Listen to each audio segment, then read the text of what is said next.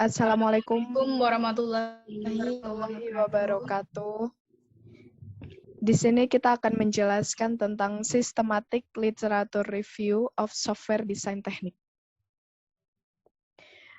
Kelompok kami beranggotakan Imada Wahyu Natalia, Nada Nadira Najwa Mazaya, dan saya Widya Saraswati.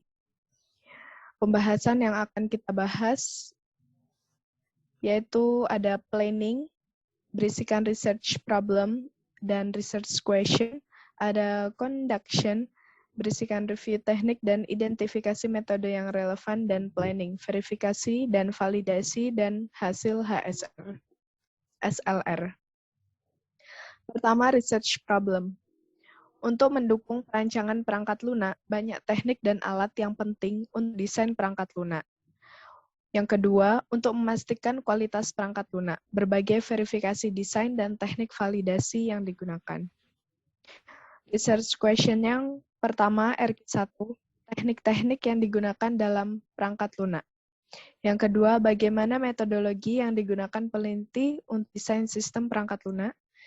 RQ3, bagaimana teknik yang digunakan peneliti untuk verifikasi dan validasi desain perangkat lunak. RQ4, bagaimana agar terhindar dari masalah-masalah yang ditemukan peneliti dalam menangani kesalahan-kesalahan dalam desain perangkat lunak. Teknik apa yang paling banyak digunakan dalam desain perangkat lunak pada paper para peneliti. Review Protocols. Tahun publikasinya kita mencari tahun 1986 sampai 2021.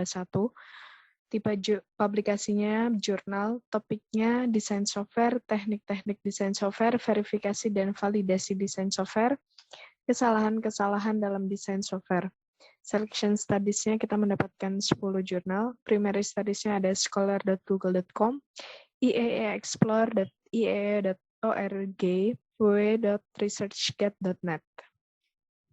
Teknik-teknik dalam desain software, pertama di desain arsitektur, yang kedua di desain berorientasi data.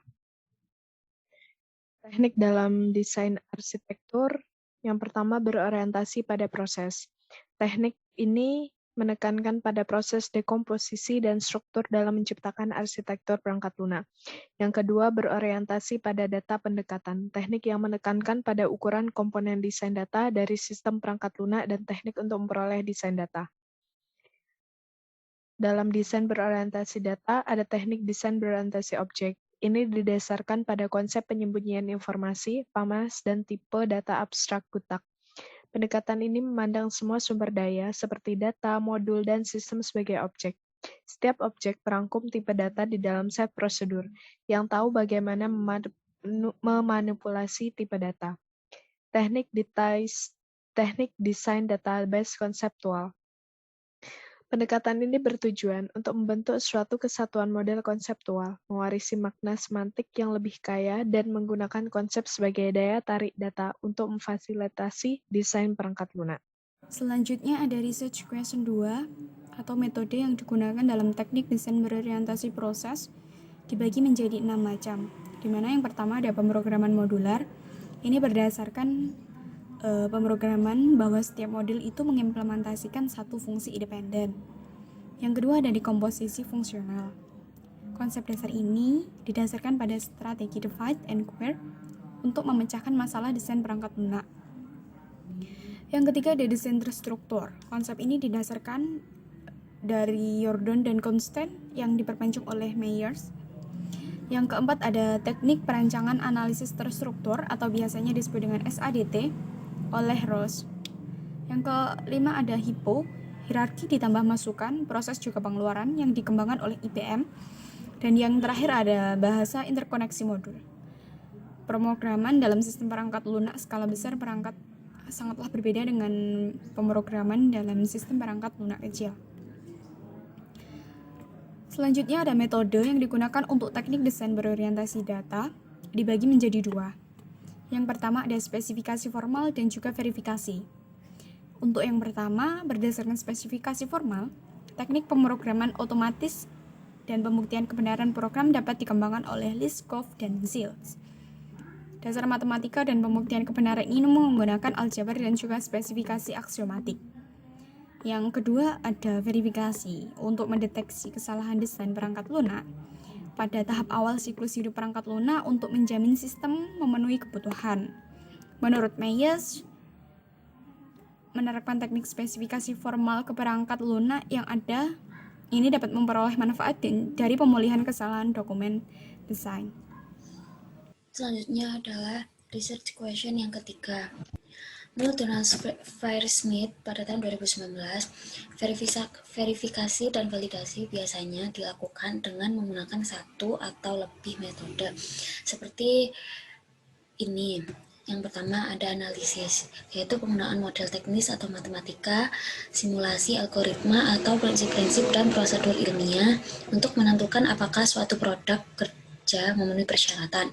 Yang kedua ada demonstrasi, yaitu pemeriksaan visual dari pelaksanaan produk bekerja di bawah skenario tertentu untuk menentukan apakah memenuhi persyaratan. Dan yang ketiga adalah pemeriksaan, yaitu pemeriksaan visual, termasuk manipulasi fisik atau penggunaan pengukuran mekanis yang sederhana dari produk kerja dan pelaksana untuk menentukan apakah memenuhi persyaratan. Dan yang terakhir ada pengujian, yaitu stimulasi produk karya yang dapat dijalankan dengan input dan prasyarat diikuti oleh perbandingan yang sebenarnya dengan respon yang dibutuhkan, atau output dan post conditionnya itu untuk menentukan apakah memenuhi persyaratan atau tidak. Dan selanjutnya ada research question yang keempat, yaitu saat melakukan pengujian perangkat lunak harus diuji coba secara sistematis, dan jika ditemukan bug maka langsung diatasi sehingga pengguna tidak merasa dirugikan. Selanjutnya, pengujian tidak hanya di satu perangkat keras, melainkan banyak hardware yang mempunyai spesifikasi yang berbeda. Hal ini dikarenakan bisa saja kita menggunakan perangkat keras A dengan spesifikasi B. Namun, pengguna ada yang menggunakan perangkat keras B dengan spesifikasi yang berbeda pula. Dan dalam pengembangan suatu perangkat lunak, jangan lupa untuk mendokumentasikan secara penggunaan dan berbagai hal mengenai perangkat lunak tersebut, sehingga pengguna atau orang yang mengoperasikannya dapat mudah mengerti dan tidak mengawal proses kerjanya. Dan yang terakhir, dalam mengembangkan perangkat lunak, alangkah baiknya jika kita sangat memperhatikan kebutuhan dan keinginan pengguna, sehingga klien merasa terpenuhi dan pengguna puas dalam menggunakan perangkat lunak tersebut.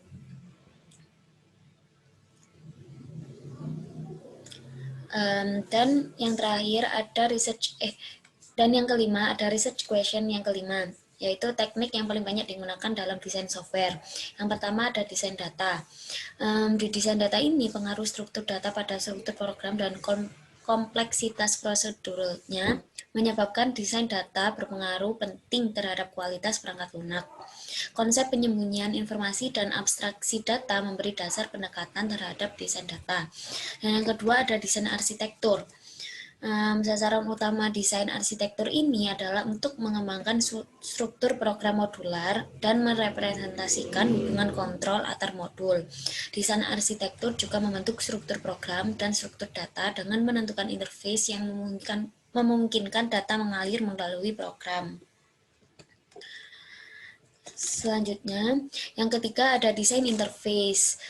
Desain interface ini biasanya fokus pada 3 area, yaitu yang pertama antara modul-modul perangkat lunak, yang kedua antara perangkat lunak dan prosedur serta konsumen informasi, bukan yang lainnya.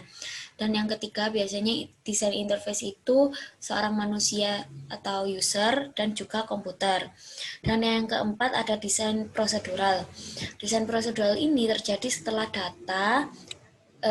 desain data, desain arsitektur, dan desain interface dibangun. Jadi yang terakhir sendiri. Dalam dunia yang ideal, spesifikasi prosedural diperlukan untuk menetapkan detail algoritma yang akan dinyatakan dalam suatu bahasa ibu, seperti bahasa Inggris. Dalam desain prosedural, harus menentukan detail desain prosedural tanpa ada ambiguitas. Systematic Literature Review Result, kita menemukan jurnal A Survey of Software Design Technique oleh Stephen S. Yao. Kemudian ada pentingnya menelaah macam-macam kesalahan rekayasa perangkat lunak oleh Ilham C. Suherman. Dan ada Testing Formal Specification to Detect Design Error oleh Richard A. Kimmerer, dan Implementasi Proses Uji Sistem Informasi oleh Eko Pandara. Selanjutnya, ada analisa penggunaan metode pengembangan perangkat lunak. Kemudian ada analisis pemilihan penerapan metodologi pengembangan perangkat lunak. Ada Ahmad Fatoni, rancang membangun sistem Extreme Programming sebagai metodologi pengembangan sistem. Ada Yogi Firmansyah, penerapan metode SDLC Waterfall dalam pembuatan sistem informasi akademi berbasis web jurnal teknologi dan manajemen informatika. Ada Muhammad Taqwanuddin, ada sistem absensi asisten dosen menggunakan QR code scanner berbasis Android. Ada aplikasi manajemen pemilihan produk perangkat lunak oleh Handri Noprison. Thank you. Sekian dari kelompok kami. Wassalamualaikum warahmatullahi wabarakatuh.